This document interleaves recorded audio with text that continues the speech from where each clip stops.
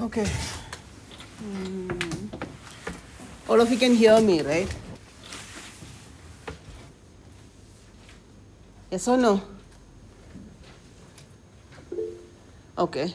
And again, I assume that you can see the screen also properly.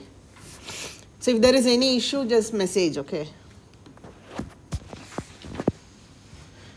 So, questions from last class? Any questions? Where did we stop?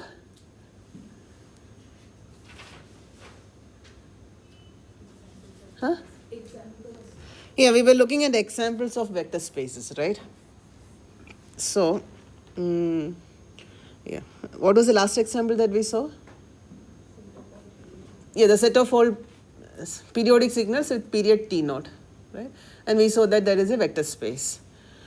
So now let me give you another example. That would be something which you are all familiar with. Okay. So we are still at examples of vector spaces.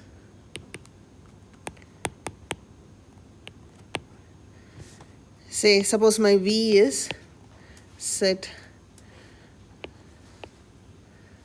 x1, x2, etc. xn. xi is an element of R. What is this?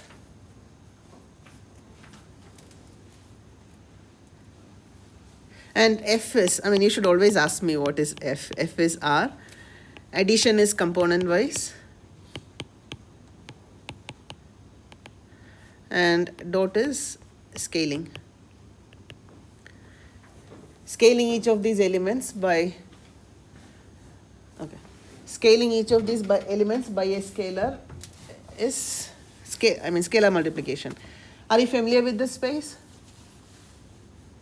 What are the elements of this space?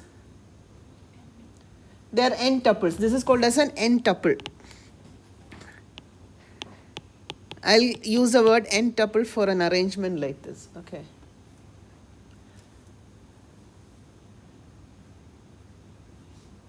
This is, I mean, I'm sure that most of you, please present on big screen.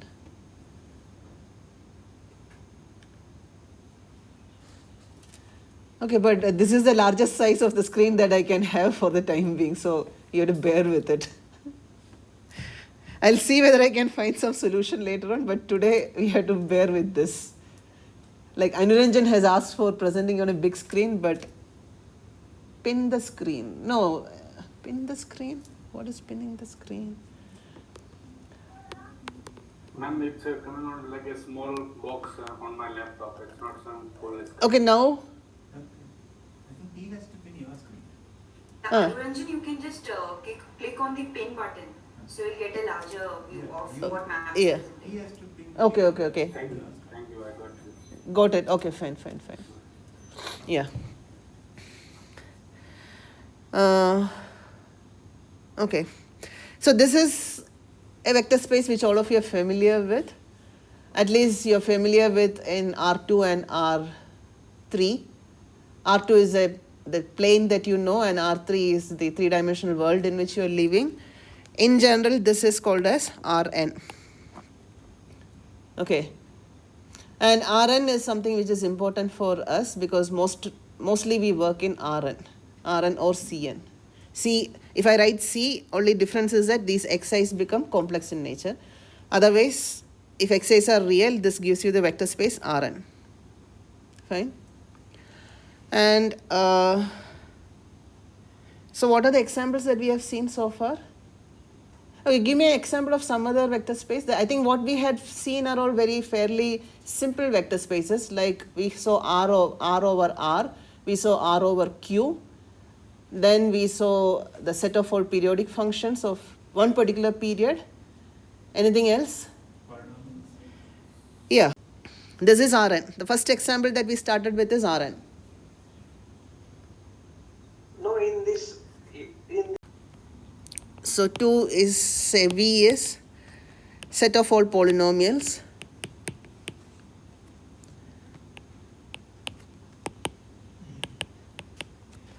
of degree, say, less than or equal to n. right?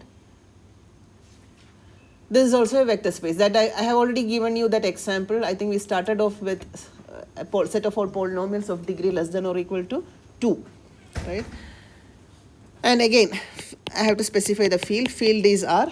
Addition is polynomial addition. Multiplication is scaling by a constant. Anything else? Say, I'll give you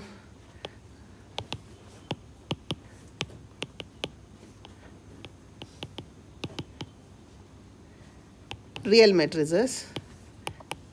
I'll mostly stick to R, okay? Plus is matrix addition, and dot is multiplication by scalar. Matrix multiplication by a scalar. Is this a vector space? You can reduce on by 1 and then see. Okay. Set of all n cross n matrices. Is it a vector space? Huh? Why there is so much of delay? Set of all n cross n matrices, if you take, see, what is it that you have to see? You have to see whether all those 8 properties are satisfied. So with respect to addition, you have to just see if it is commutative, if it is associative, whether the identity element exists, and whether the additive inverse exists. All of this exists, right? When you add two n cross n matrices, you get another n cross n matrix, and then matrix addition is commutative, matrix addition is associative, and what is identity? Additive identity. The all zero matrix. The all zero matrix is the additive identity, and you also have an inverse, right? Given any matrix, you have minus A, so that A plus minus A gives you the all zero matrix back. And similarly for scalar multiplication also, all those properties are valid, because you're just multiplying a matrix with a real number, because your F is still R, right? So this is also a vector space. So what do you see from these different examples? So this is same as Rn squared? It is isomorphic to Rn squared. That I'll come to. It is equivalent. There is an equivalence between the two.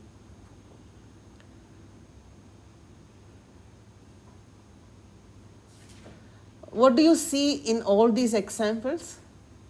See, the first example that we had was R plus dot. Then we had RQ plus dot. Then we had the set of all periodic functions with period T naught. Then the set of polynomials.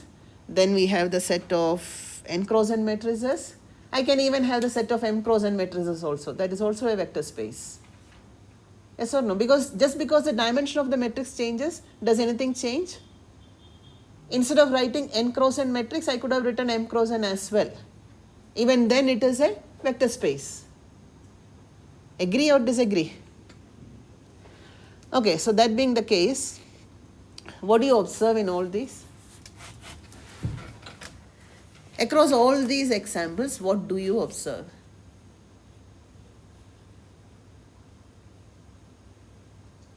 Something, some observers. Field, yeah, I mean, that is just my choice, that's all. See, the field could have been R or C. If it is C, something else changes, but that I'll come to later. What else do you observe? You're recording. Yes, I remembered. Anyway, see, another skill that engineers and scientists both need is the power of observation. You have to observe. So what do you observe across all these examples? Not something similar, like, I'm not talking about something similar, but what do you see? The vectors are, if you look at, see, I told you vector is an abstract notion, right? So what are the vectors in each of these examples? In each of the examples, except for the first two examples where it was R over R and R over Q, in both those cases, what was a vector? Point, isn't it? Because the set of vectors in both the cases, see, we had this function. We had R plus dot and RQ plus dot, right? In both these cases, what is a vector? Vector is an element of R, right? Or vector is a point. What about the next example that we saw? What was a vector? Yeah, vector was a, these were the first two examples. Second one was set of all periodic functions, T naught period functions. So here what was a vector? In this case, what is a vector? Vector is a function. Here the vector is a function. Are you getting the idea? Because for us, vector is anything that resides in that set V. We said that we have a set of vectors, and anything that sits in that set is called as a vector. First two examples, it is a point. A vector is a point. This example, vector is a function. Then the first example that we saw in today's class, what is a vector there? Vector is an n tuple, x1, x2, etc., xn. This n tuple is a vector, right? So we'll do, see, by the end of this class, today's class, we'll come back to this as a representation, okay? In general for a vector, but that is for a particular reason. What it is, we will see. Then what else is a vector? A polynomial is a vector, a matrix is a vector. All these are vectors. That is why I told you in the last class that you have to remove whatever notion of vector you have in mind. Don't think of vector as, the most typical answer is something with a direction and magnitude. Erase it. That is good for +2, not after that. Fine? So then polynomial is a vector, matrix, all these are vectors. Vector is something which lies in that set of vectors, that's it.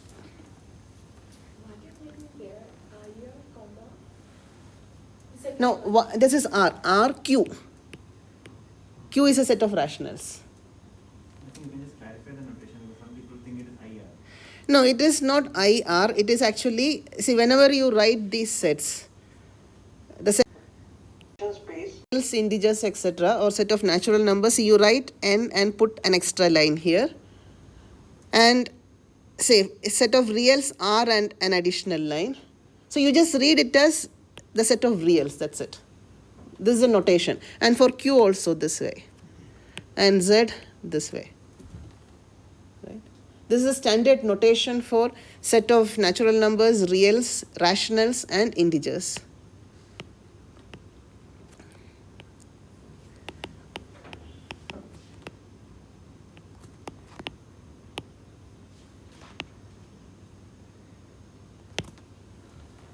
Fine.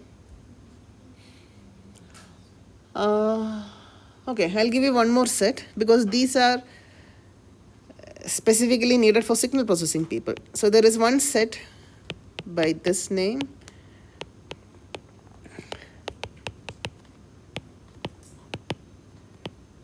Not just in signal processing, anyone who does Fourier analysis needs this.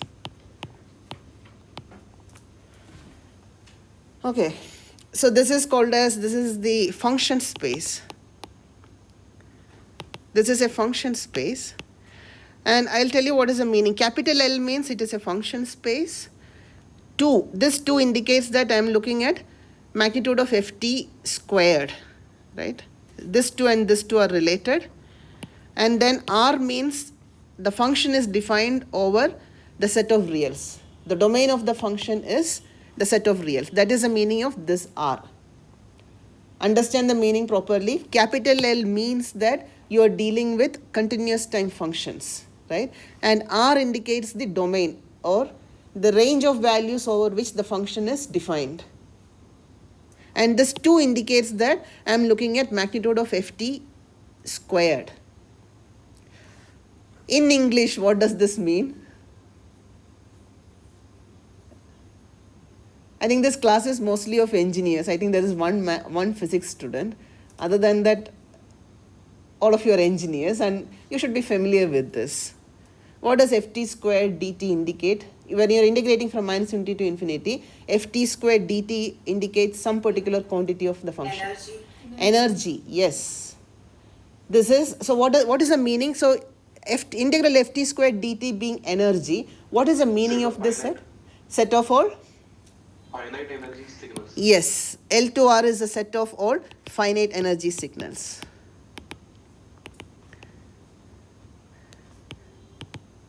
Again, it is important, as I told, like anyone who does Fourier analysis will know about this, because this is a weak condition for existence of Fourier transform, that the signal should have finite energy, right? The signal being of finite energy is a weak condition for existence of Fourier transform. It is actually a diluted condition for the existence of Fourier transform. That is why I said L2R is quite important for us engineers.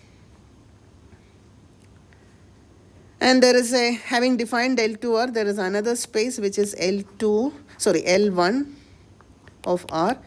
Can you guess and tell me what would be L1 of R? Anyone? You should be able to guess. Since I have defined L2R, you should be able to guess what is L1R. Bounded? No. Why? Not bounded.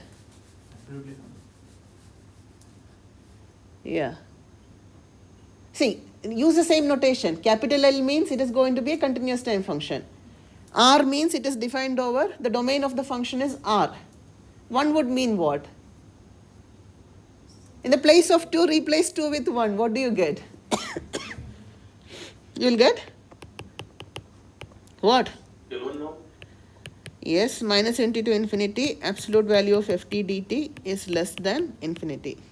The absolute, if you integrate the absolute value, that is going to be finite. Is that clear? It is absolutely integrable signal. Again, it is important. Why is it important? At least for the signal processing people should be able to tell me. Sufficient condition for it. Yeah, this is again, this is the actual condition for existence of Fourier transform, right? For Fourier transform to exist, the signal should be absolutely summable. Sorry, absolutely integrable in this case. Again, in another aspect also, you will see it in another place also when you are talking about the stability of a linear time invariant system. For a linear time invariant system to be stable, its impulse response should be absolutely integrable. If you don't know about signal science systems, just leave it. Doesn't matter. Just understand that this is a condition for existence of Fourier transform. This one.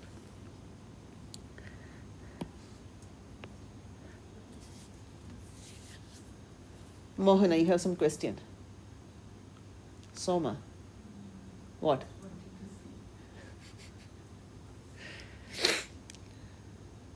Okay, why am I writing about all these things? Are these vector spaces over R? Look at the set L2. Look at the set L2 of R. Is it a vector space over R?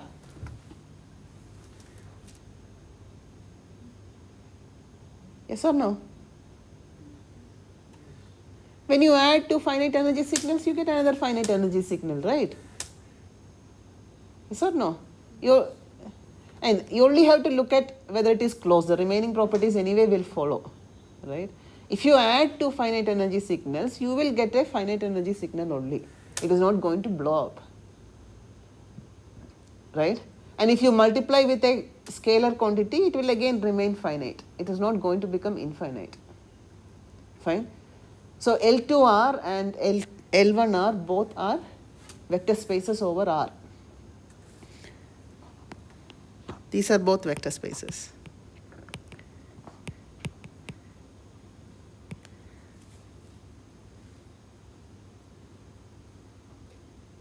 They are function only, right? Yes.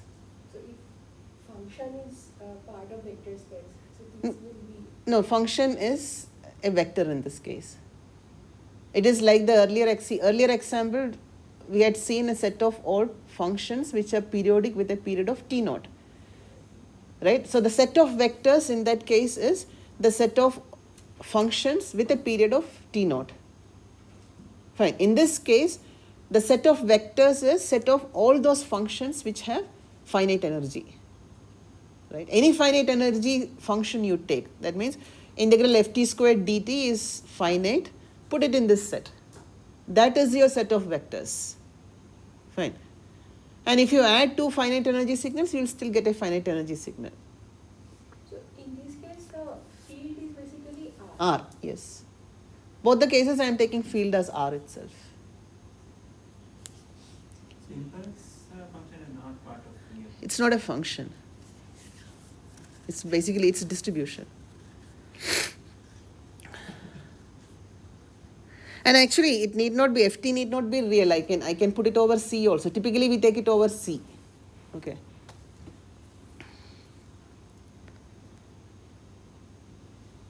Is that clear, all of you? I mean, have that picture in mind, okay? Because understand. So here, the different type of vectors that we have seen with respect to functions is, say, function which has a period of t naught, a function which is finite energy, a function which is absolutely integrable. All these are vectors, right?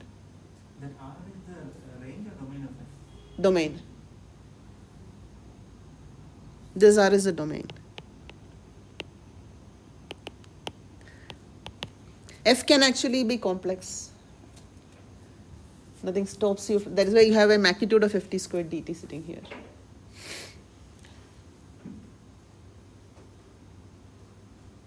Fine. Ma'am, what about Rn? In Rn? Rn is also a vector. Yeah, Rn I have already given that example, right? Huh? So this function space is a function of R. Yes. So here it's if it is in high dimension and Rn, so will it be in vector space? Yeah, you can still have you can. That's a multivariate function. But then you don't typically call it in the notion of L2 because this has also a, see, it is not as simple as I have written down, okay? Because this comes from measure theory, so you have to make sure that it is all measurable functions. The way we write it here, it is guaranteed that it is measurable. That is why I don't even mention anything about measure theory. Okay, okay. Yeah. Is the idea clear? So what is it that we have gained by writing this L2R and L1R? I'm calling them as vector spaces. So, what did you gain?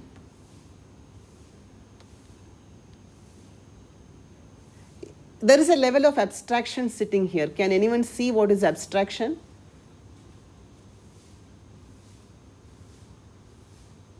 See, typically you deal with signals, right? Whenever you do signal processing or you measure anything, you are dealing with signals. So those signals can actually be seen as vectors lying in some space. No vector space? No, let us not go into norm or anything because I haven't even defined what a norm is. What I'm right now saying is whatever signals that you deal with as an engineer typically, those signals all lie in one particular space. If you are looking at finite energy signals, all the finite energy signals are lying in the space of L2R. So whatever you have done so far in signal processing or whatever is your area, if you have measured something, all those signals basically lie in L2R because they are all finite energy signals, right? Most of the signals that you deal with in real life, they exist for a short duration. Yes or no? And most of them are bounded. That means the amplitude is not going to blow up. So bounded amplitude, finite duration, the energy is finite because this integral will become a finite quantity, right? So the entire signal processing I have brought into this space. Whatever signals you deal with, those signals lie in this space and the theory that exists for this space you can use for analyzing those signals. You don't have to find new theory, right? You don't have to rediscover anything. Because all this mathematics has been discovered a long time back. You just use that math and analyze your problem.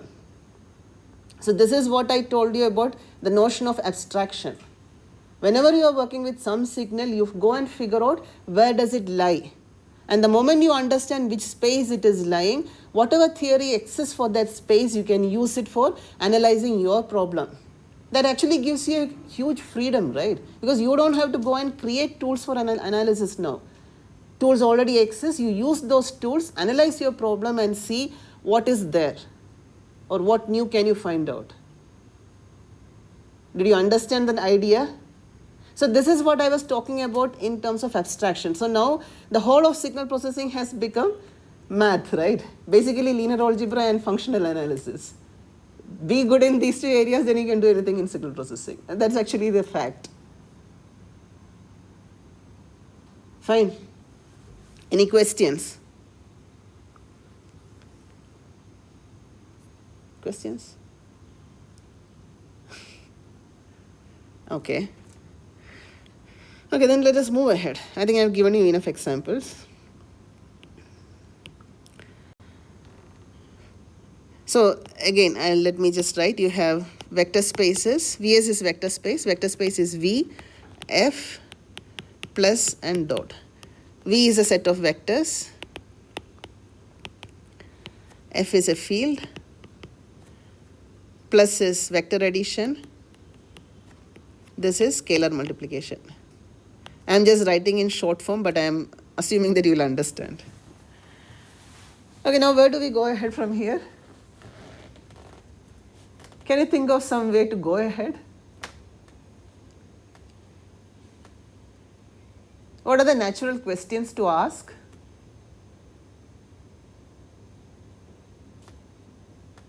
V is a set, right? So what all can we do in this, sitting in this vector space, what all can we do? You can just add. You can add two vectors. I mean, be very clear about what we can do in each space. Okay, we are sitting in a vector space. So whenever I say vector space, have a very clear idea. You have a set of vectors. This set of vectors is sitting on top of a field. The scalars come from the field. And then you have a notion of vector addition. You have a notion of scaling by a scalar, which is scalar multiplication. So the operations that you can do are two. One is you can add two vectors. The other thing is you can scale a vector by a scalar quantity. You can multiply it by a constant. The constant comes from the field. Is that clear? So you can add, you can multiply. You can multiply only a scalar and a vector. You cannot multiply two vectors. Be very clear. You can add two vectors. You can multiply a vector by a constant. These are the two things that you can do. So as of now, does your what is that +2 definition of vector match the vector space that you have?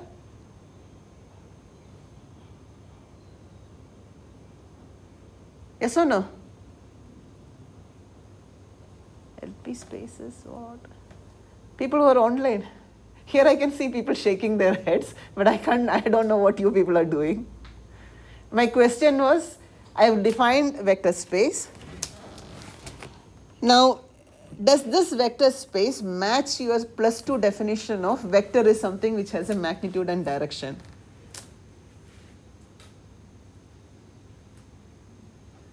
Someone who is online, give me an answer. Some extent matching, no. It is okay. How is it matching? Because your +2 definition of a vector is something which has a magnitude and a direction. Anuranjan says no. Huh? What? For a few point like that, it is matching no, ma'am. How? It means we can say no direction like. There's nothing like, I mean, I didn't define. There is no, so far we haven't defined something called as a magnitude and we haven't defined something called as a direction. Yeah, now it has very broad definition. The only two things that you can do are addition of two vectors and scaling by a constant.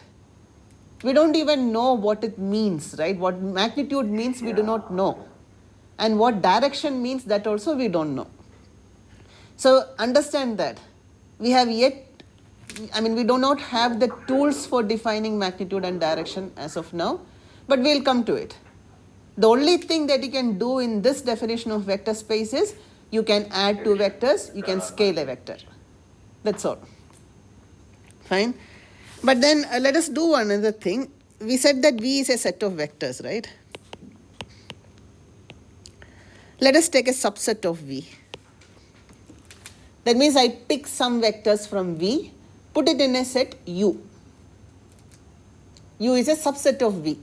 Since V is a set, I can always talk about the notion of subsets. So you have a subset of V which is U.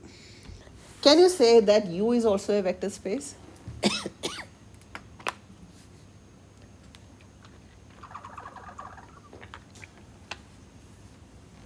Is the question clear? I have a set of vectors. I am taking a subset U of V. Can you say that U is a subspace always? Or U is a vector space? Okay, let me give you an example. What I have drawn here is R2. I'm calling this as R2 because I have two variables, X and Y. I take this circle.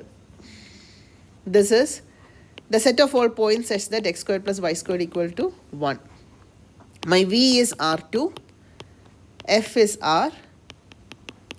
I am taking a subset, I'll call it as S. S is equal to set xy such that x squared plus y squared is equal to 1. Obviously, S is a subset of R squared, right? R2, you should read it as R2, don't read it R squared. S is a subset of R2. Is S a vector space? No. No. No, ma'am. All of you agree? Why? First, see, if it is a vector space, 0 has to be there, right? So 0 is not an element. What are the other reasons? The first obvious reason is 0 is not an element of S. What are the other reasons? Given multiplication is not satisfied. Here, if you take a point from here, multiply with a scalar, it will go out of the circle, right? None of the things are satisfied. See, I take a point here. I take a point, this is the easiest point for me to take, 1, 0. I multiply it by 2, it goes to 2, 0. It goes outside, right? So scalar multiplication, it is not closed under scalar multiplication. What else? Is it closed under addition? It is not closed under addition. It is not closed under addition also. You take the point 1, 0, you take the point 0, 1, you get the point 1, 1. 1, 1 doesn't lie on this circle, right? So there are multiple reasons, like it is. I am taking my vector space as R2. The field will remain R unless I specify otherwise. And I am taking a subset of V. Subset is set of all those points xy such that x squared plus y squared is 1, which means all those points which lie on this circle. Ma'am, this existence of zero vector is for satisfaction of existence of identity. Yes. Because if it is a vector space, you should have the, what is that? Additive identity. There should always be a zero vector such that x plus 0 equal to 0 plus x is x. Ma'am, what would be the multiplicative identity? There is no multiplicative identity in the vector space, right? It exists in the field. So the product of the multiplicative identity of field and x should give you x back.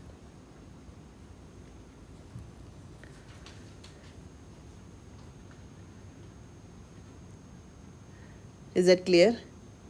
So I have given you a set. I have given you a subset which is not, which doesn't satisfy the properties of a vector space, right? Can you give an example in R2 which satisfies these properties? In this figure itself, can you show me one? Huh?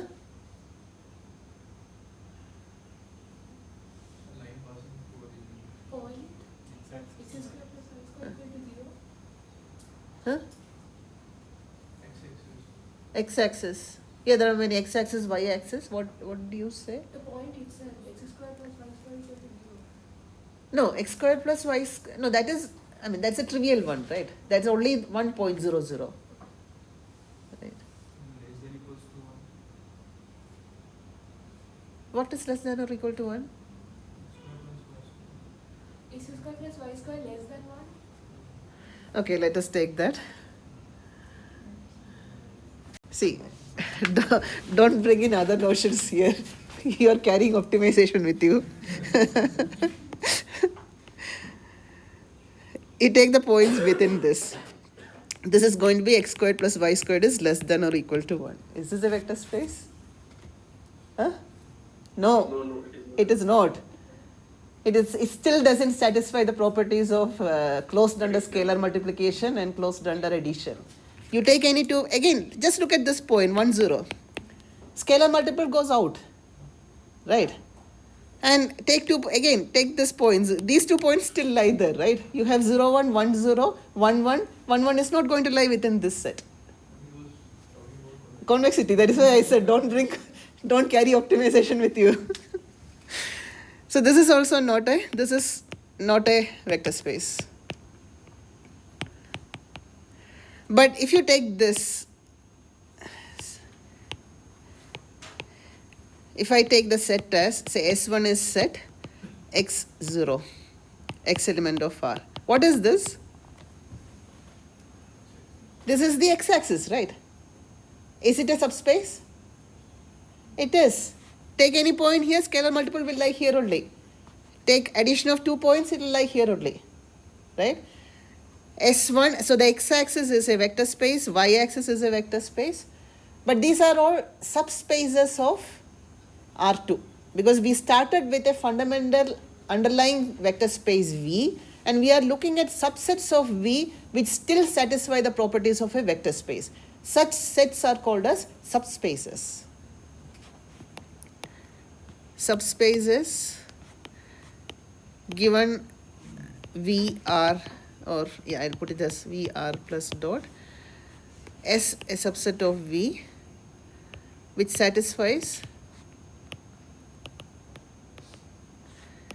the properties of vector space. So which all properties should you actually look for? Do you have to look at all the 8 properties? Huh? What? There is only one property that you need to check. The remaining things should follow, right? Because, see, what has changed? When you go from VR or VF plus dot to SF plus dot, what has changed? Only the set of vectors have changed. The underlying field remains the same. The addition operation remains the same. The scalar multiplication operation also remains the same. The field, addition and multiplication, all 3 remains the same. The only thing that has changed is the set of vectors. Instead of looking at all the vectors as you did in the previous case, we are looking at a subset of those. So, what is the only thing that you need to check? You don't have to check if addition is commutative because you have already shown that addition is commutative. Because you are given that VF plus dot is a vector space. So you know that addition is commutative, addition is associative, identity X's, inverse F X's, all these things you know.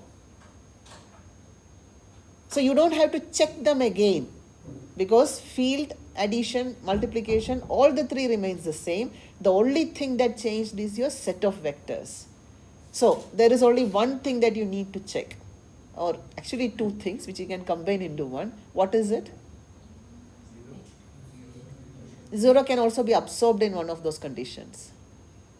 Closed under addition and scalar multiplication. You have to check that it is closed under addition and scalar multiplication, right? If it is closed under scalar multiplication, then you know whatever you do, you will come back to the same set. And you also have to check whether it is closed under vector addition. If it is closed under these 2, then you know that S is a subspace. Is that clear?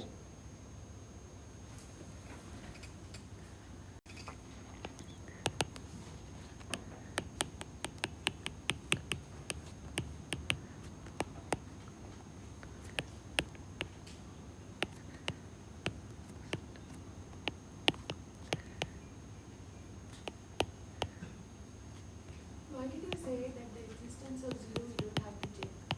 Because scalar multiplication, 0 into x will give you 0. That actually you can prove. You can prove from the axioms we wrote earlier that 0 is additive identity in the field, 0 into x will give you 0 vector. That is why you don't have to prove it. So the moment you say that it is closed under scalar multiplication, you will get the 0 vector in that. Ma'am, but what if 0 is not part of field? No, 0 has to be part of field. Because, see, 0, when I say 0, 0 is the additive identity of the field. A field has to have an additive identity. See, I told you, field is a place where you can add, subtract, multiply and divide, right? So, addition and subtraction means you have the additive identity 0. And multiplication and division means you have the multiplicative identity. In this case, we put it as 1. So in Huh. your earlier example, Yes. circle 1, Huh. there 0 was existing in F, but No. 0 was not existing in the vector. Yes. See, the field always has 0 and 1, right? But then when if you go back and look at the definition of a vector space, the first property was commutative property, second was associative, third was the existence of additive identity, which is 0 vector. There should exist a 0 vector such that x plus 0 is equal to 0 plus x is equal to x. There should be a vector in the vector space which will give me x plus 0, which will give x back. So you need the additive identity, which is 0 vector. There are two additive identities. One is a 0 vector, the other is a 0 scalar. 0 scalar lies in the field, but 0 vector lies in the vector space, set of vectors. Fine. And I did not write it in the axioms because you can actually prove from whatever we had written something like 8 properties, removing the closure. So using those 8 properties, you can prove that 0 into x is equal to 0 vector. I'll put that as an assignment question. Okay, so if for every x, y element of S, alpha, beta element of F, alpha x plus beta y is an element of S, right? Then S is a subspace. It is called as a subspace. So you only have to check this property. Alpha into x plus beta into y should lie in the same set S.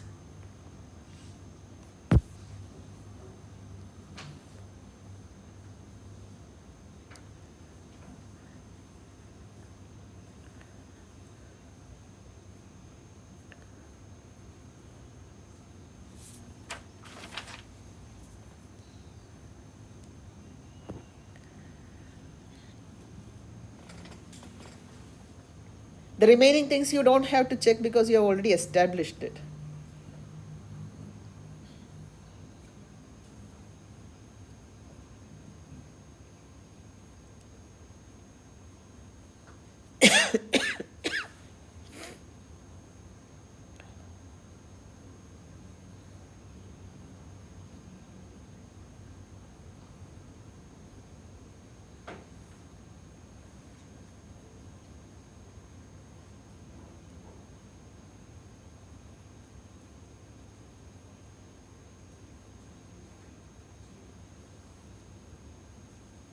But this symbol means what? Which one? It's reverse A. Where? For all. Yeah, this is for all.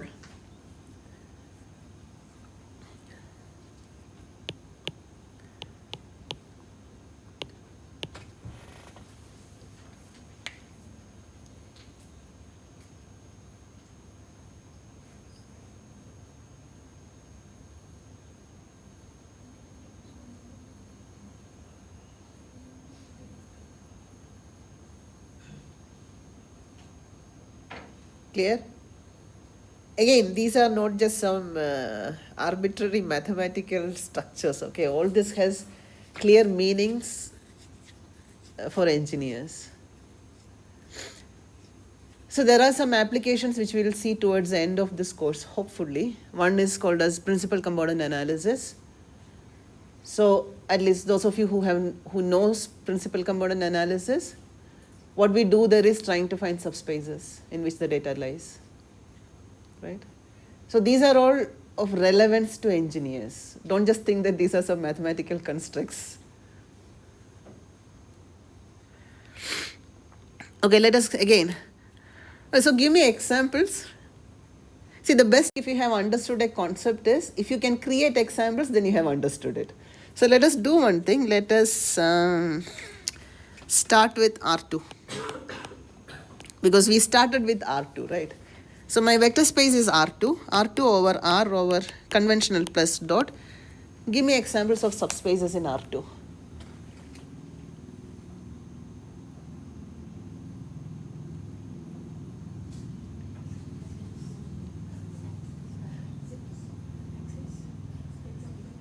Axis, x-axis, y-axis, then Any line passing through the origin. any line passing through the origin. Agreed? Any line passing through the origin, okay. What about others? I saw answer only from Ashdeep. Others can type the answer.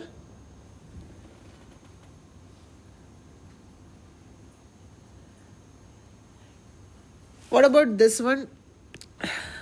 So this is my R2. Is this a vector subspace? Why? Huh? Intercept will change in multiplication. Yeah. How do you represent points on this line? So this is a line y is equal to mx plus c, right? So if I want to write this as a subspace, how do I write? How do I write this? XY such that Uh-huh. mx plus Yeah, I can just write it like this, right? Why do I bother? That's it. X element of R. Fine. Obviously, this is not a vector space, right? And you don't have to, see, in such cases, you don't have to prove anything else. You just say that there is no 0, right? 0 is not an element of S. S is not a subspace. I mean, in order to disprove something, it is very easy. You just show one case, right? So you just have to show that 0 is not an element, so it is not a subspace. But then what about this? Let this be my S1. What about this? It passes through the origin, okay. Is S2 a subspace? This is of the form y is equal to some m1x. So S2 is x m1x, right? X element of R. S2 is a subspace. So when you have to show that it is a subspace, you have to write everything, okay? You have to show that it is closed under, that alpha x plus beta y will give you an element back in the same set. But you can easily see that, take 2 points on this, add, it will still lie on the same line. So any line which passes through the origin is a subspace in this case. So how many subspaces will this have? Yeah, what type of infinity? You should always be careful about the infinity. You have an uncountable infinity of subspaces. I'll tell you what it is. Right? You have an uncountable infinity of subspaces. Any other subspaces? Are all the subspaces just lines passing through the origin? Huh? Which point? Huh? Origin. These are the non-trivial subspaces. There are two, because remember we are looking at subsets. So whenever you are looking at subsets, the set itself is a subset of it. Yes or no? Whenever you are looking at subsets, the entire set is a subset of itself. So R2 itself is a trivial subspace. There are two trivial subspaces. One is origin, the other is R2 itself. So here there are trivial subspaces.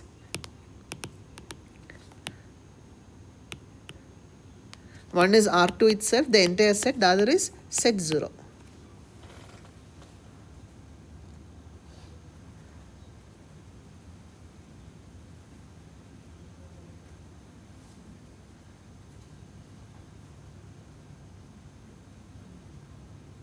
What did you say? H2 is uncountable? Uncountably infinite.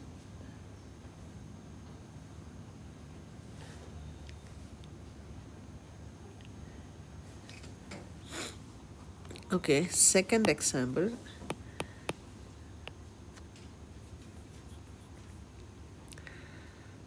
I'll give you a very simple example, okay, here. We'll see multiple things.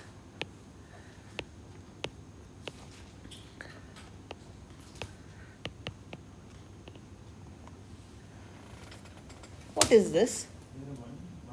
Not one. That is just.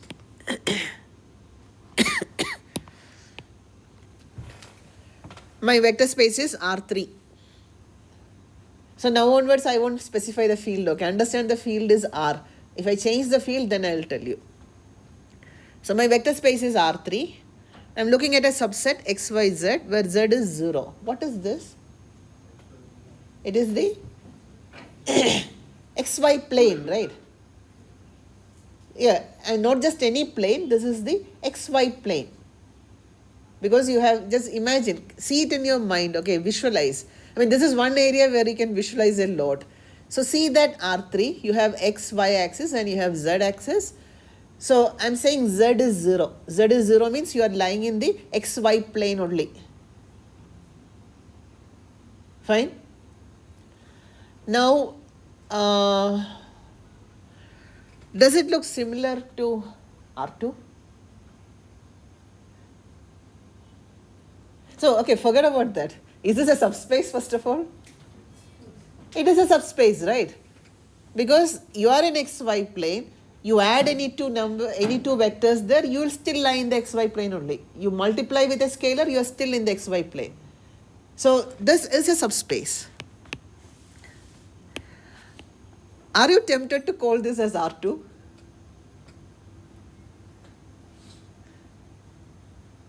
Does it look equivalent to R2 in some way?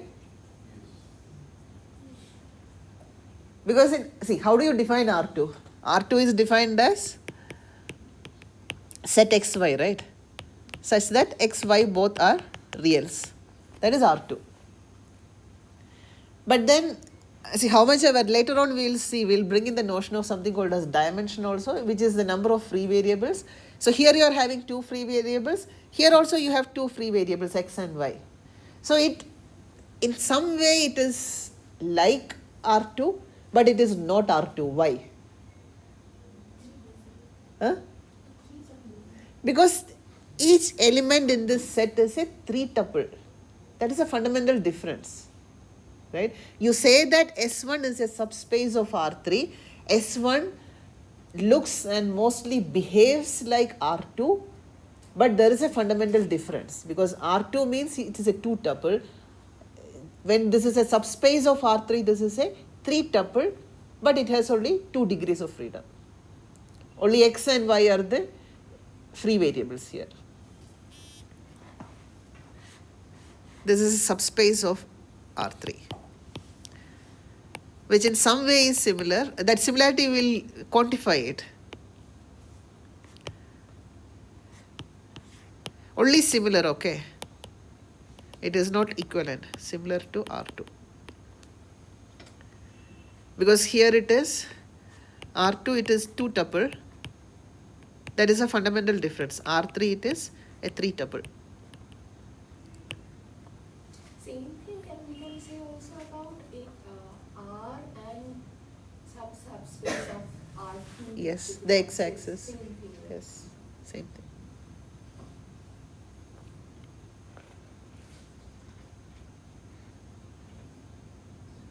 Okay, is it clear? Now I'll write some sets. You have to tell me whether it is a subspace or not.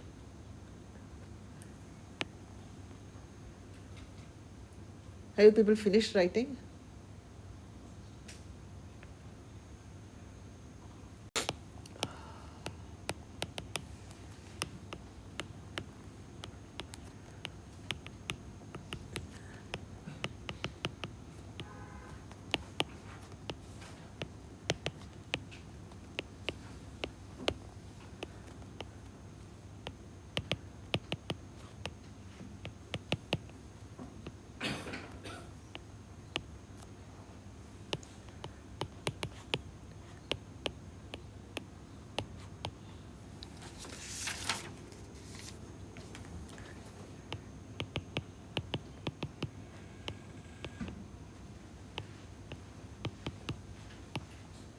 Okay, tell me.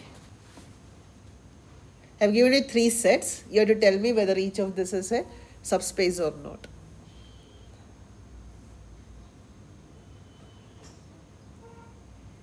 And try to visualize, okay? Try to visualize each of these.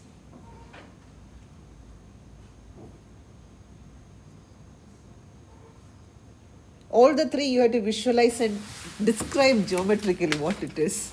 People who are listening online, you can type it out. If you are asked to describe the structure, you visualize it in your mind and tell me how it looks, each of it.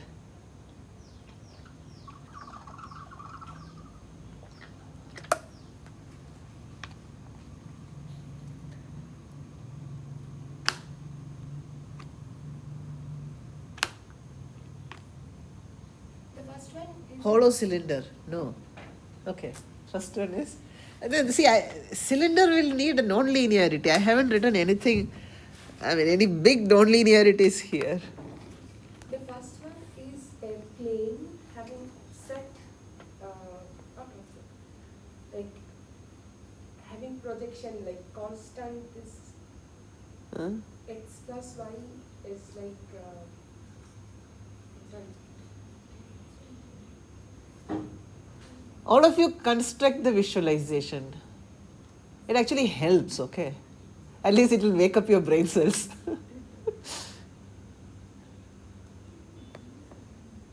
B, no, C, yes. D, probably yes. Come on, Sahil. Give me your first 2 answers, it's correct. But D,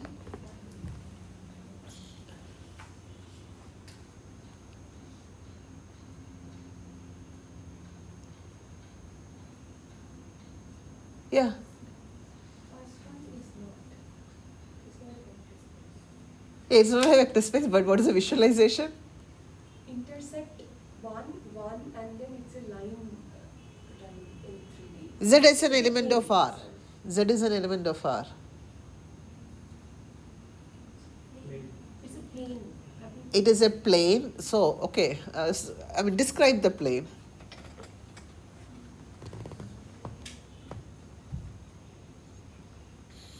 There's a line on XY plane and the whole Z crosses Whole Z plane, whatever falls on that line. Z is an axis. There's no Z plane. Some plane Huh. being XY axis at 1, 1 and parallel to the Parallel to Infinite parallel lines passing through the 0, 1, 1, 0. 0, 1. 1, 0. Infinite parallel lines. Okay, that becomes a plane, right?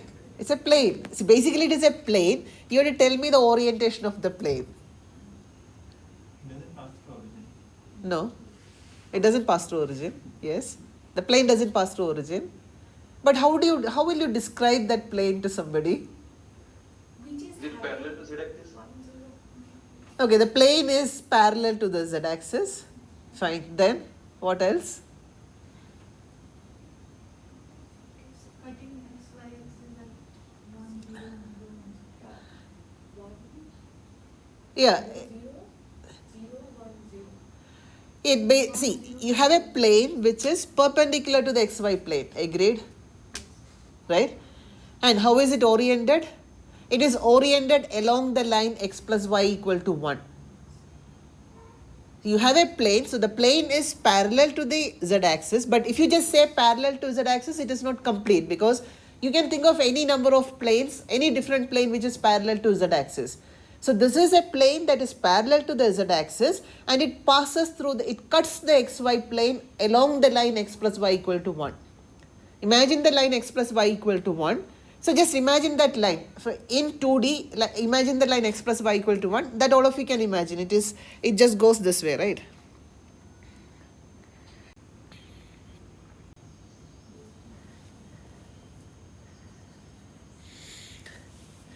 S3. See, S2 and S3 are planes, okay? Why do I say that X3 is a plane?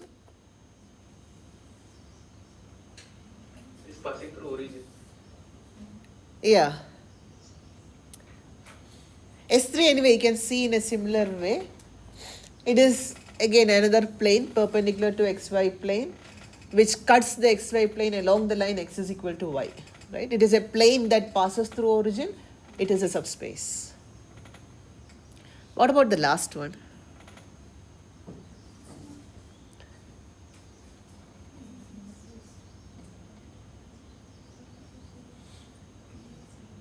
What is the last one? See, I have written it as, I have given two equations, okay? Why is it so? What does it indicate? Actually, someone had actually written here, he combined both. Indicate one point. Huh? Point? The point. It's not a point. Okay, how do elements of S4 look?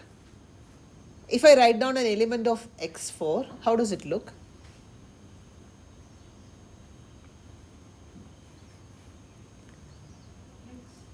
Okay, again visualize what is S4.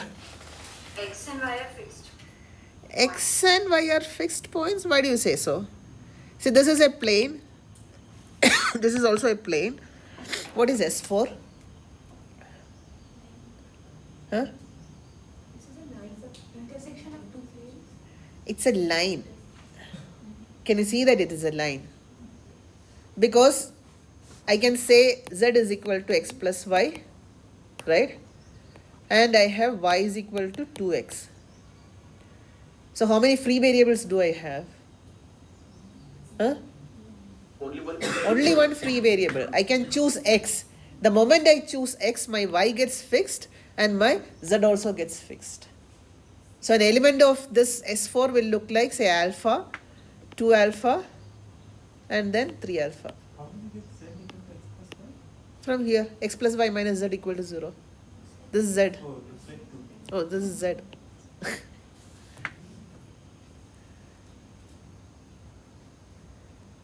So there's only one free variable, X.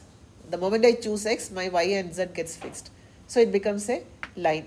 Is this a subspace? Huh? Is it a subspace? Line, you only have to check one thing.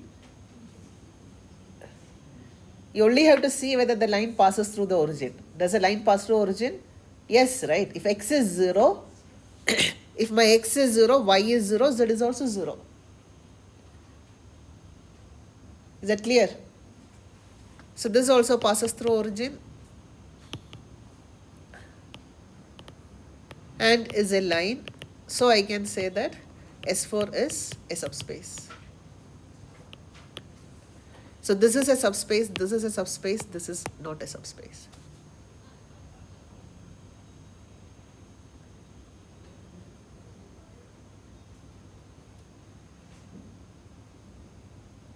Clear?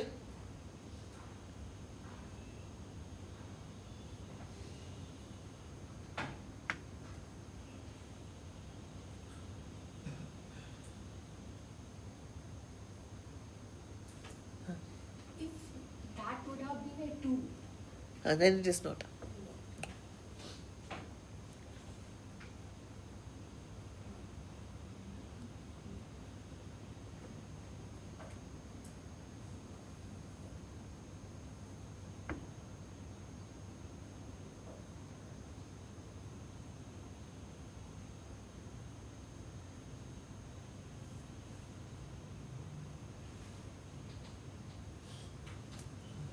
So then what, that is interesting. If X plus Y was equal to 2, what would have been S4? How will that set look? It is just a line which is parallel to the Z axis, right? Because the moment you have X plus Y equal to 2 and 2X minus Y equal to 0, you are fixing, it's a set of linear equations, you fix X and Y. You get one value for X and one value for Y, and Z can be any real. So it will be just a line which pierces the XY plane at that point, parallel to the Z axis. Not a subspace.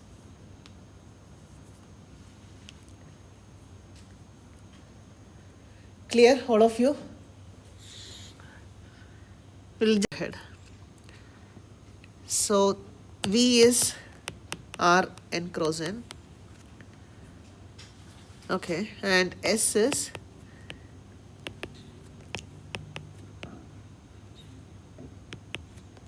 see, I can give you any number of examples, but we have already seen a lot of subspaces, so let us see what is this. Rank 1 matrices. All of you know rank, right? Hey, there's a matrix theory, but I am assuming that all of you know what is rank. Set of all rank 1 matrices.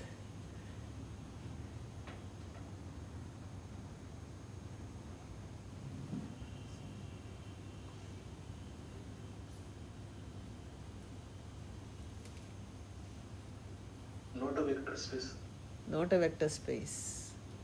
Let us see what others say.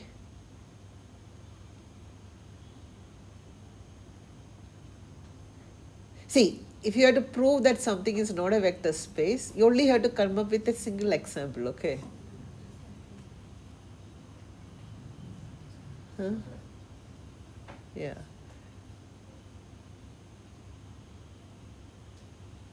Okay, interesting.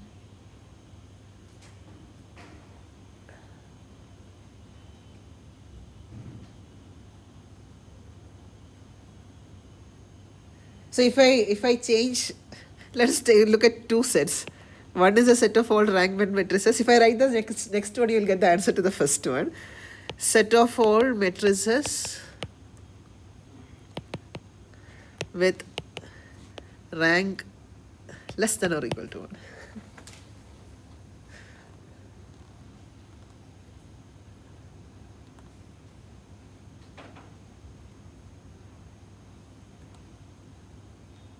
Yes, Sauvik, think.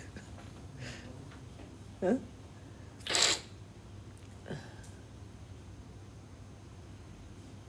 See, when you add two rank 1 matrices, is there any guarantee that you will get a rank 1 matrix back? No, there's no guarantee.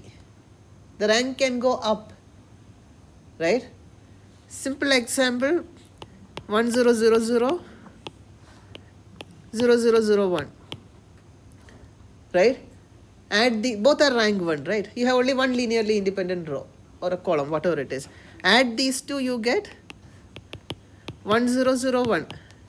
This is rank 2. You added two rank 1 matrices, you got a rank 2 matrix.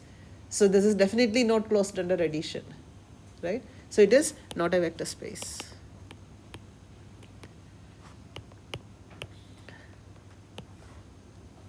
For the first case, you don't have to think this far. There is no 0, right? There is no 0 vector out there. Fine.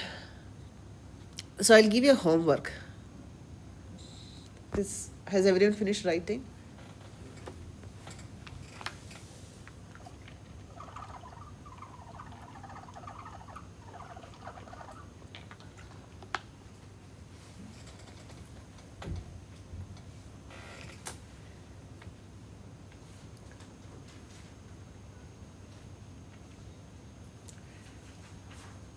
And there are a lot of subspaces that you can think of in this case, but that we'll see when I'm talking about bases.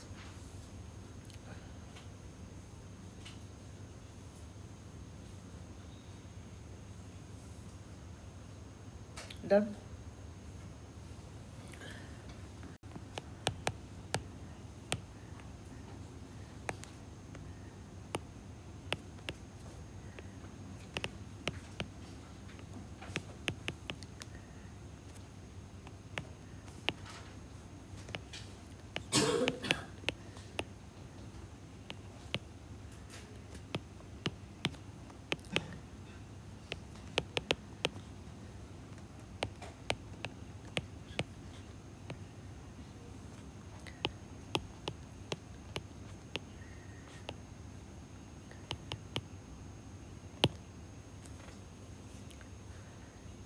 If you look into any textbook or if you look in the internet, you'll get the answer immediately. But please don't do it. Think. This is for you to learn. So without checking anywhere, think and find out the answer for this. This is union, okay? S1 intersection and S1 union.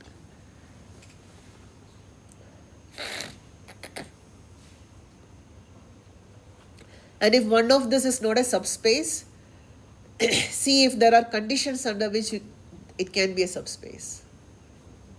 Look for a very generic answer, okay? Don't just see something and jump onto it and cling to it. There are different ways of thinking. So, Sahil, the second answer you will have to refine. So to prove this, we have to think of examples through which No, you have to give a general proof. Okay, yeah, that is another point. See, when you have to prove something, you have to give a formal mathematical proof, okay? Or at least you have to, if you don't know how to write it mathematically, at least a logic you should be able to write. Never take an example and show, because that only becomes a verification. It is never a proof. To disprove something, you can just give an example. Like in order to show that it is not a vector space, just show one case. But if you have to prove that something is a vector space, you have to go through that formal method of proving that all the properties are satisfied. To prove that it is a subspace, you have to show that it is closed under scalar multiplication and vector addition. Fine? So keep that in mind. If you have to prove something, you have to prove it formally, or at least write out the logic if you are not very familiar in writing mathematical proofs. But that is some skill that you should build up, okay? At least for the postgraduate students and even those BTech students who are interested in research, build it. One thing you should understand, like math is, whatever you people say, math is the language of engineering. And master that language, you can do lots. Move ahead. I'll define linear combination.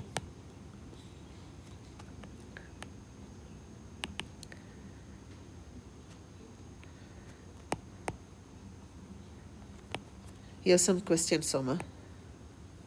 Huh? Okay, so let V be a vector space. So whenever I write V be a vector space, understand that the remaining part is there, okay? What is the remaining part?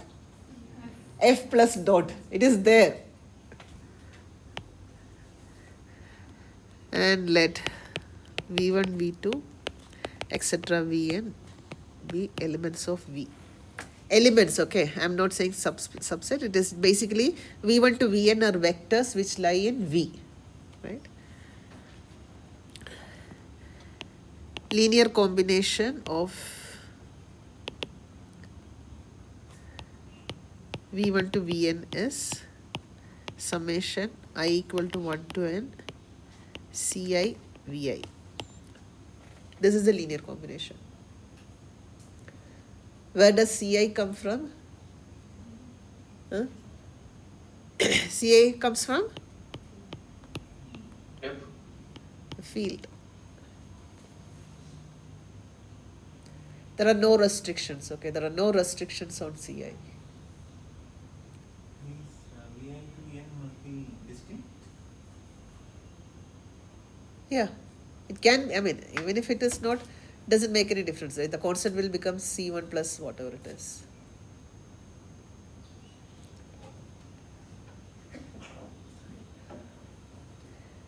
And typically when you are talking about linear combination, you will be taking finite number of vectors.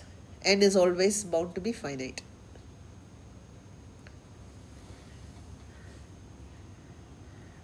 Okay.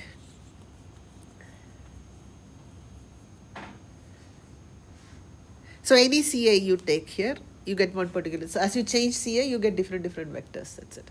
But this notion, this is called as a linear combination. I am specifically saying this is linear combination because there are other types of combinations also. I will not get into it as of now. Whenever there is no restriction on Ci and you are writing summation Ci Vi, you are scaling each of the vectors by the corresponding coefficient Ci and adding it up. No restrictions on Ci, finite number of vectors, it is called as a linear combination. Fine. And suppose given a set, say S is equal to set V1, V2, etc. Vn. I am having n different vectors. I am defining a new set. Okay. Set of all sigma, say Ci, Vi, I is equal to 1 to n, all possible Ci's. Right? That means I'm taking all possible linear combinations. For different values of Ci's, I put all possible values for Ci's and I collect all these vectors together. Are you understanding what I'm saying? What do you get? S? No. Or I'll write it in English. I'm taking all possible linear combinations of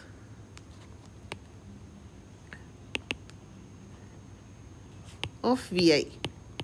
See, S is just a collection of n vectors. Understand what is S? S is a collection of n vectors, and I am taking all possible combinations, linear combinations. That means when I say all possible, I am giving different values of Ci. For C1, I am giving all possible values. For C2, I am giving all possible values. Take all the possible linear combinations and I put it in one particular set. The space and values that. Not necessarily r raised to n. I mean, I didn't say like the nature of V1 to Vn, I didn't say, right? So you get some structure, right? You get a new set. I mean, let us not name it for the time being. What we are doing is, we are taking all possible linear combinations of V1 to Vn. The nature of V1 to Vn I haven't told you, right? And I didn't tell you anything about the vector space V also. I just pick n vectors from that vector space, find out all the possible linear combinations. That means I put all possible values for C1, all possible values for C2, collect all the possible linear combinations and I create a new set. What is one thing that is guaranteed about the new set? It is a subspace. You cannot say anything else. It is guaranteed that it is a subspace of V. Why? Because you say that a set is a subspace if it is closed under addition and scalar multiplication. When I am taking all the possible linear combinations, it is closed under scalar multiplication, it is closed under vector addition. Is that clear? I'll repeat. See, I started with a set of vectors V1 to Vn. And I am taking all the possible linear combinations of V1 to Vn. Right? And I get a new set. First thing that I can say about the new set is what? Even before you say it is a subspace, you can say something else. What is that? What is that? No, span is, you already named it. Let us name it at the end. What I'm saying is, you started with V1 to Vn. You took all possible linear combinations of V1 to Vn. You get a new set. What is the first thing that you can say about this new set? Bigger than S. It is bigger than S, fine, but where does it lie? Where does this new set lie? Inside V. Why does it lie inside V? Because V is closed under addition, right? V is closed under addition and scalar multiplication. V1 to Vn lies in capital V. If I take any possible linear combination of V1 to Vn, that will also lie in V. So if I create a new set, which is all possible linear combinations of V1 to Vn, that new set is a subset of V. That is the first thing that you can say. Then you can look at it more closely and say that it is not just a subset, it is more than a subset, it is a subspace, because this subspace has all possible linear combinations, right? It is closed under addition, it is closed under multiplication. So you can actually say that the new set that you created is actually a subspace of V.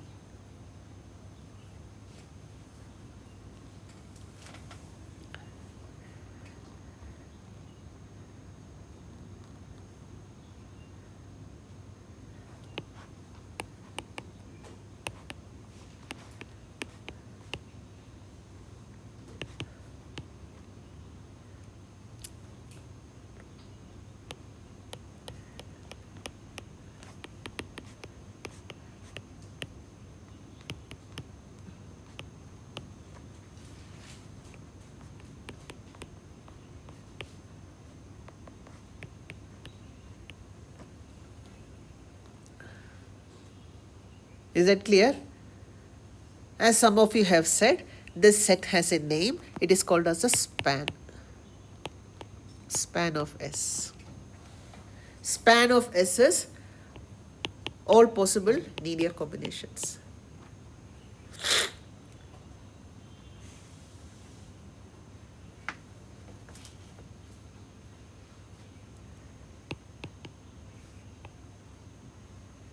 And span is always a subspace.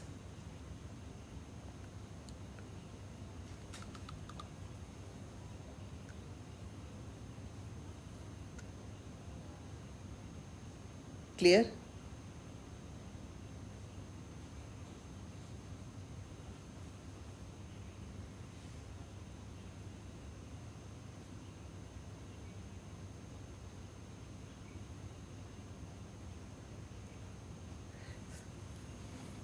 So if I mean, just to make things, say suppose my V is R2, I take X is equal to, say, I'll take a very simple example, 1, 0, and say Y is equal to 1, 1, right?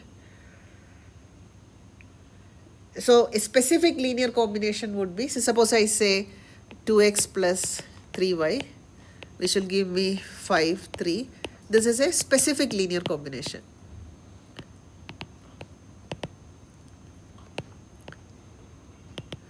How will I get the span? I put all possible, instead of just writing 2, I choose all possible values out there. Instead of writing just 3, I choose all possible values. So in general, if I write it as, say, C1x plus C3y, I'll get it as C1 plus C2 here and C2 here. For C1, C2 element of R. What do you end up with? Yeah, this is actually span of set xy, right? And that is going to be R2. In this case, you will get all possible, because suppose I take C1, C2 both as zeros, I'll get the vector 0, 0. And I get, by choosing C1 and C2 to be any value, I can get any point in R2, right? Every point in R2 can be written in this way. So I get the span of this xy will give me, this particular x and y will give me R2. And you know R2 is a vector space. Yeah, C2y, sorry.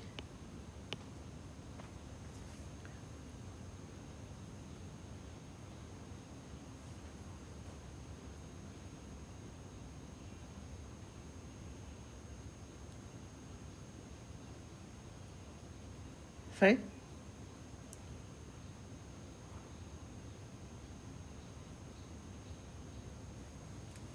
Okay.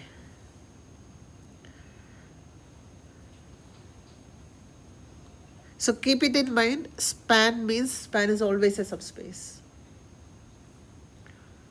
So if I just take span of x, what do I get?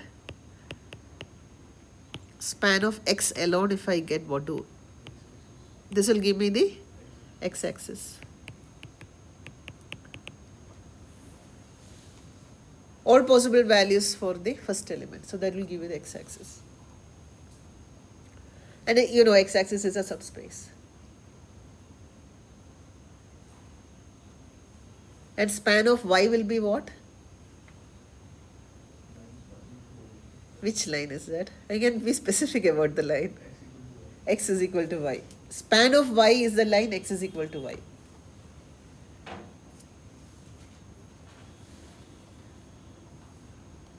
Clear? Huh? Which one? For Span of y would be. yes, span of y is what? Span of y is all possible linear combinations, right? So this is going to be, y is this. So this is going to be alpha alpha. Alpha alpha is y is equal to x. Right? Why it is not y-axis? No, for y-axis you should have this, right? My definition of y is 1, 1. It is not 0, 1. Yeah.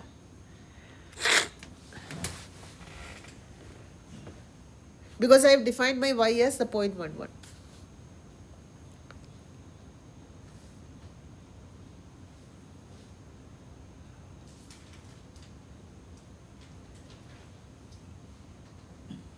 is y equal to x? Because it is 1, 1, right? So when I'm saying x-axis, I mean, don't get confused by this x and this y and the other xy. For me, okay, if you want, I'll change this. It's okay. Let us see. When I say x is equal to y, what I'm saying is first coordinate is equal to second coordinate. Probably I'll change the notation. That would be easier. Otherwise, people will get confused.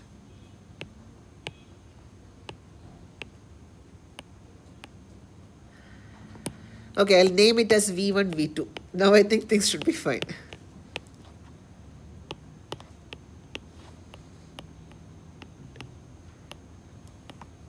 Span of V1 is x-axis, because here I'm saying this is my x coordinate and this is my y coordinate of R2.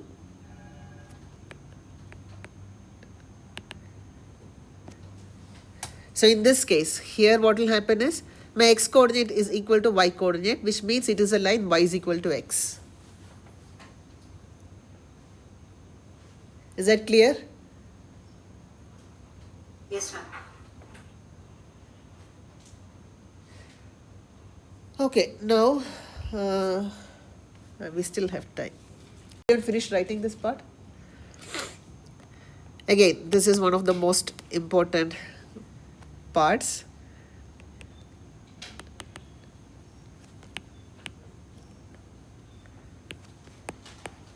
Linearly independent vectors. One thing which you should definitely understand in linear algebra. So, a set of vectors v1, v2, etc., vn, element of v, where v is a vector space, is linearly independent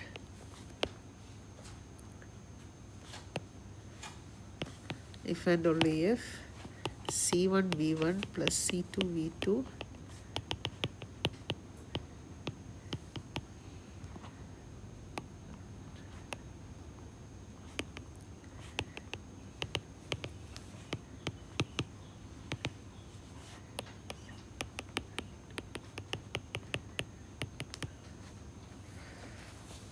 read it and tell me what you understand.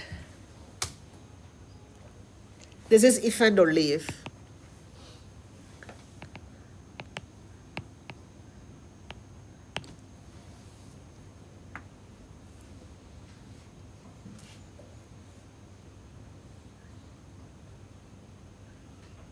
What does it basically mean?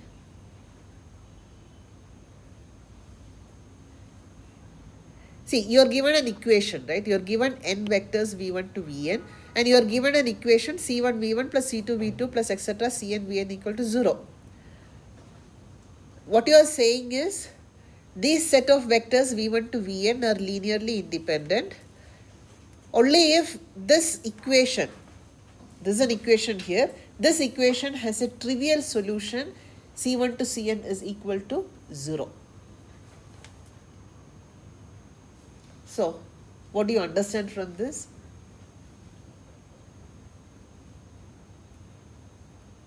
What do you understand?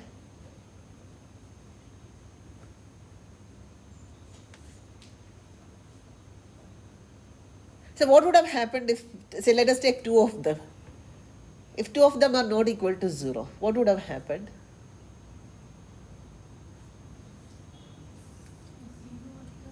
Huh? Like, try to understand what is happening, okay? You are given n vectors. You are saying that these n vectors are linearly independent if the coefficients which lead to sigma ci vi equal to 0 are all zeros. There is no other way.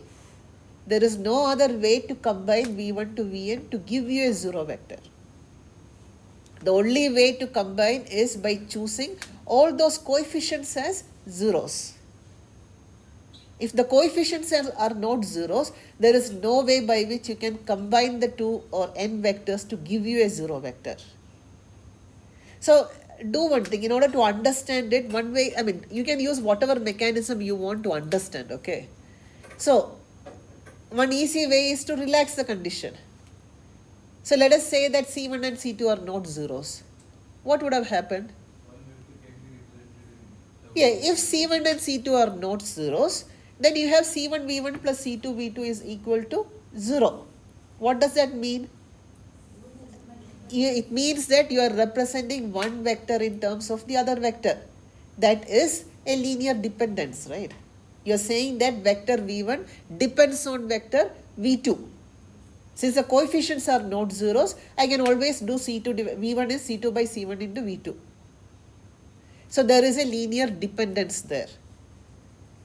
Now if one of the coefficients is not 0, everything else is 0, then what would have happened? Then that vector has to be 0. If a vector is 0, then it is anyway linearly dependent, right? Because take a 0 vector, multiply it with anything, you will still get the 0 vector. So that is a dependence coming in. So if, suppose you have C1 V1 plus C2 V2 equal to 0, and there is, the only way by which C1 and C2 can be, the only way by which this equation can be satisfied is C1 and C2 are both zeros. What does that mean? There is no way by which you can represent one vector in terms of another vector. Is that clear? If there is some way of representing one vector in terms of the other vector, then some of these coefficients will go to 0. You can actually prove this, but I am not going into the proof of this. Is the notion clear? Dependence is, if you can write one vector in terms of other vectors, then you say it is a linearly dependent set of vectors. Independence means there is no way by which you can represent one vector in terms of other vectors. And that is captured by the notion that all the CAs have to be zeros. There is no other way. There is no other way to combine these vectors to give you a 0 vector. Is that clear? Examples?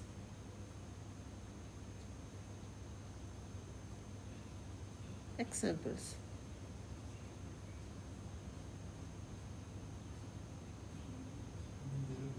Huh?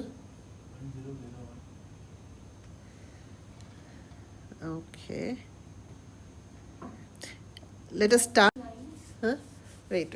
Let us start with R. In R, how many linearly independent vectors can you have? Huh? Only one.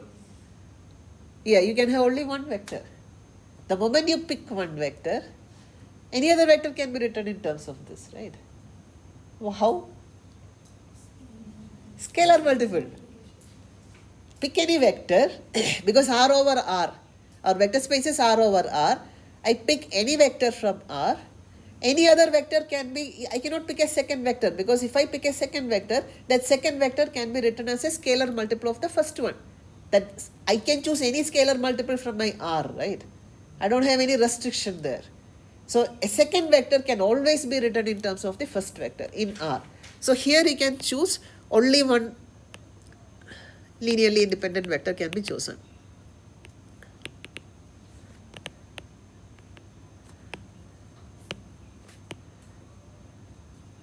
R2, how many can you choose? Huh? 2.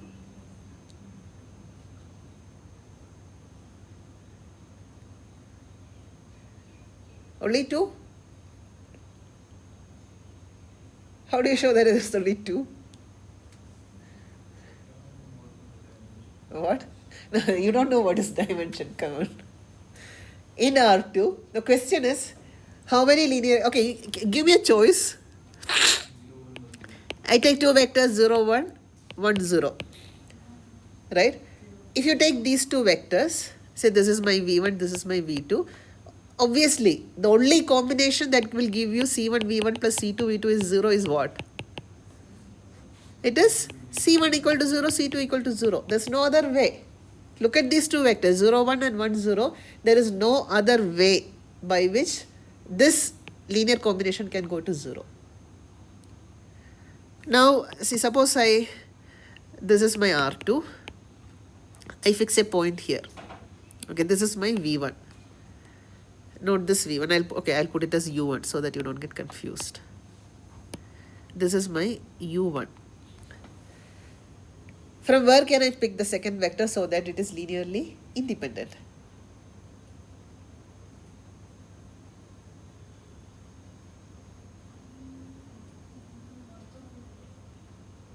Why? Okay, question, probably I should ask a different question. From where should I not pick the second vector? Line passing through origin and U1. Okay, good. See, suppose I have a line like this, right? Any vector that I pick from this will be dependent on u1. It's a scalar multiple, right? So I can pick a vector, u2 can be picked from anywhere other than this red line, right? u2 picked from anywhere other than the red line is linearly independent. There's no way by which you can represent any other vector in terms of u1. So I can pick a u2 here, right? What are you trying to do here? You want to span the whole space. No, nothing. How many I can pick? How many? Uh. Then you can just pick U1. No, max how many? How many linearly independent vectors can I pick? Then you basically span.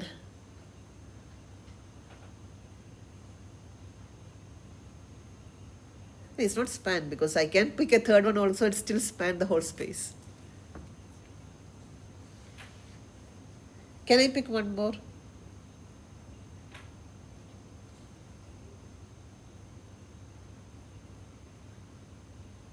Huh? No. Why not?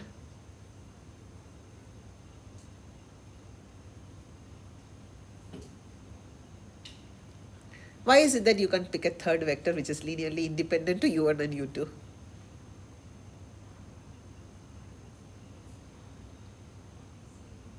How do you argue? Whatever mechanism you have to argue and tell me that you cannot pick a third vector from R2. In R2 there are only two orthogonal direction, X and Y. I mean, we haven't even defined orthogonality here.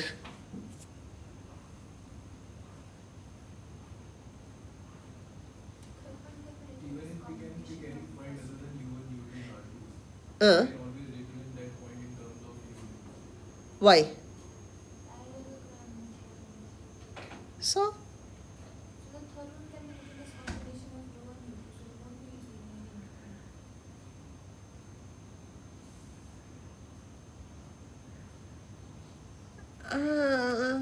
how? Why do you say that it can be written is the question. In See, R2 there are only two free variables. but then, all those are actually assuming the notion of basis and dimension, but I don't want you to use those notions. Without using those notions, by using what you know till now, whatever I haven't introduced, even parallelogram law of vectors, my u1 and u2 are already fixed. So that's what even Mohana said, parallelogram law, but then I did not accept it. Okay, even if you use parallelogram law, how will you use a parallelogram law? The idea is correct, but can you be a little bit more precise? Can you repeat the question? You want to know why? Why can't I pick a third vector which is linearly independent to u1 and u2?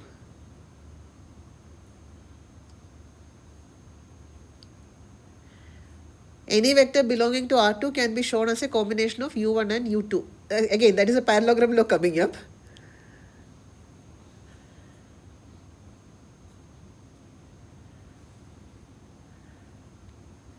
How many of you have got an idea about what is happening? See, the thing is, you have law of addition for u1, u2. You have only these two, right? You get a unique vector out here, this one. But if you choose appropriate C1, C2, then you can pick any vector in this whole space. But you have to scale them appropriately. I was looking for that particular scaling factor. Like if I want to bring it to this side, I put a minus C2 here so that it comes this side and I take some vector here.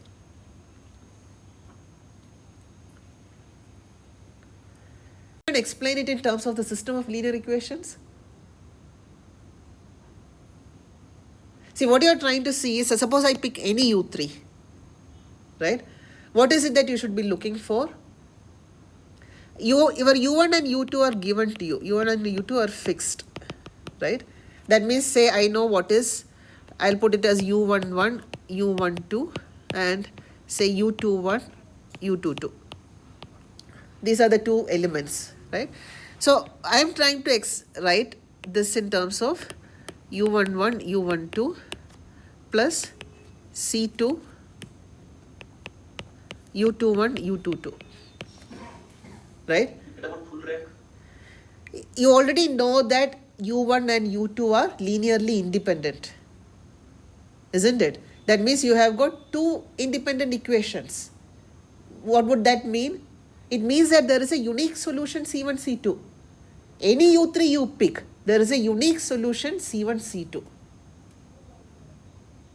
Can you see that? Because see, U1 and U2 are given to you and you know that U1 and U2 are linearly independent, right? That means I have two different equations, two sets of equations. I can solve these two sets of equations and get the coefficients C1 and C2, whatever U3 I put here.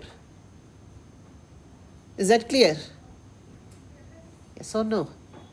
So any U3 that I pick, I can always find a C1 and C2, which means U3 is any third vector that you pick is going to be a linear combination of the already existing vectors U1, U2. Again, it means that the maximum number of linearly independent vectors that you can pick in this case is 2. You cannot pick a third vector because any third vector you will have a unique C1 and C2. Unique C1 and C2 to represent U3. And that comes because since U1 and U2 are linearly independent. See, all these notions are interrelated, okay? When you pick two linearly independent vectors, it is equivalent to having two linearly independent equations.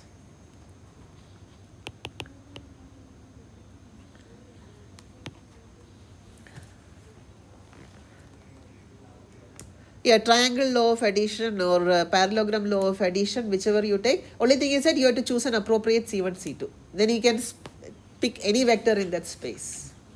It's a parallelogram law of addition with an appropriate scaling factor for the vectors. It is a scaling factor that I was looking for. Is the idea clear? Go back, think.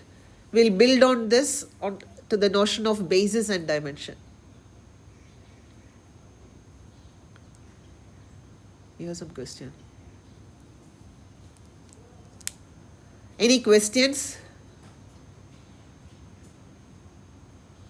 Now, how are you relating the uniqueness of the solution to? Because two linearly independent equations, right? No, how does that relate to not finding a third U3? No, because any U3, because there exists C1, C2, the solution is there.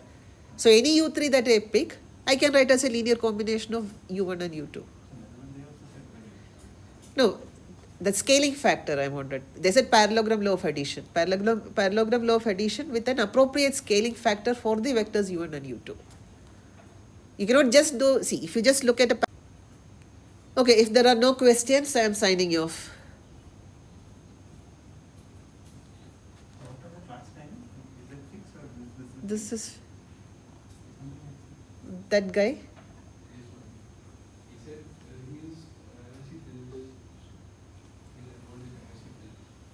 But is he crediting you? Because I didn't see his name.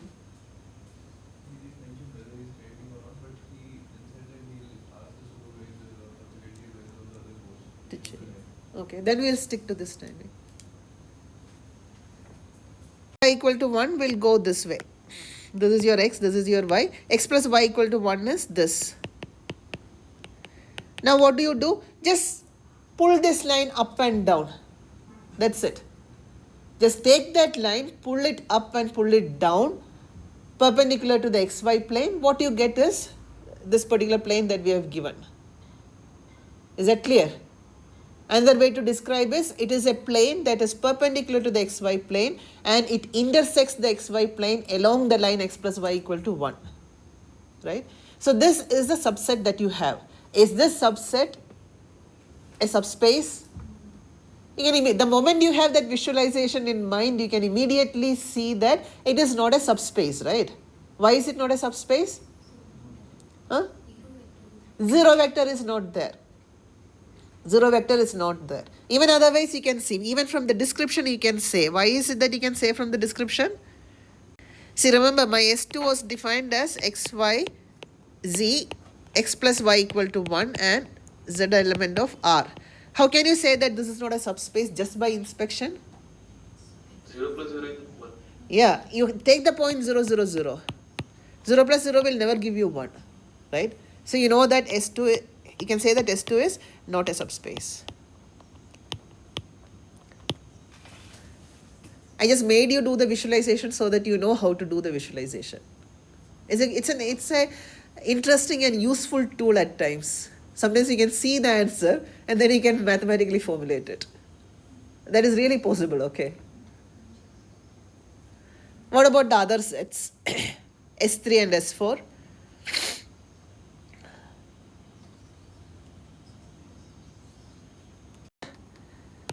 Closed under addition and multiplication. So not a vector space.